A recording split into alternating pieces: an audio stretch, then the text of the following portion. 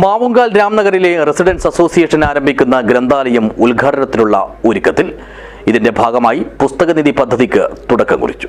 This news sponsored by Emmanuel Silks, Kanhangad, Kannur and Thrissur.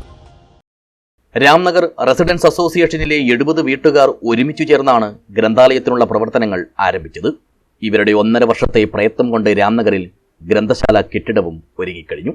അസോസിയേഷനിലെ അംഗങ്ങൾ സ്വരൂപിച്ച തുക ഉപയോഗിച്ചാണ് കെട്ടിടത്തിന്റെ നിർമ്മാണം പൂർത്തീകരിച്ചത്. ഗ്രന്ഥശാലയിലേക്ക് ആവശ്യമായ പുസ്തകങ്ങളുടെ സമാഹരണവും തുടങ്ങിക്കഴിഞ്ഞു. ലഹരി വിപത്തിനെതിരെ വായന എന്ന സന്ദേശവുമായി അസോസിയേഷൻ അംഗങ്ങൾ വീടുകൾ തോറും കയറി പുസ്തക ശേഖരണവും നടത്തുന്നുണ്ട്. നെട്ടൂർ ഗോപാലൻ പ്രസിഡന്റും സി ചിണ്ടൻകുട്ടി സെക്രട്ടറിയും രാജൻ മീങ്ങോത്ത് ഖജാൻജിയുമായ കമ്മിറ്റിയാണ് രാംനഗർ റെസിഡൻസ് അസോസിയേഷന് നേതൃത്വം നൽകുന്നത്. മികച്ച വനിതാ വേദിയും ഇവിടെ പ്രവർത്തിക്കുന്നുണ്ട്. ഗ്രന്ഥാലയത്തിന്റെ ഉദ്ഘാടനത്തിന് മുന്നോടിയായി നടത്തുന്ന പുസ്തകനിധി പദ്ധതിക്കും തുടക്കം കുറിച്ചു. NSS Hosdurg taluk union president Prabhakaran Karicheri പദ്ധതി ഉദ്ഘാടനം ചെയ്തു. നെട്ടൂർ ഗോപാലൻ കൈമാറിയ പുസ്തകശേഖരം ഗ്രന്ഥാലയത്തിന് വലിയ മുതൽക്കൂട്ടായി മാറി. ഗ്രന്ഥാലയം കമ്മിറ്റിയുടെ ഭാരവാഹികൾ ചേർന്ന് പുസ്തകങ്ങൾ ഏറ്റുവാങ്ങി. കഴിഞ്ഞ 30 വർഷക്കാലമായി താൻ വായിച്ച് നിധി പോലെ സൂക്ഷിച്ചുവെച്ച മാതൃഭൂമി ആഴ്ചപ്പതിപ്പുകളാണ് ഇദ്ദേഹം താൻ കൂടി അംഗമായ ഗ്രന്ഥാലയത്തിന് നൽകിയത്.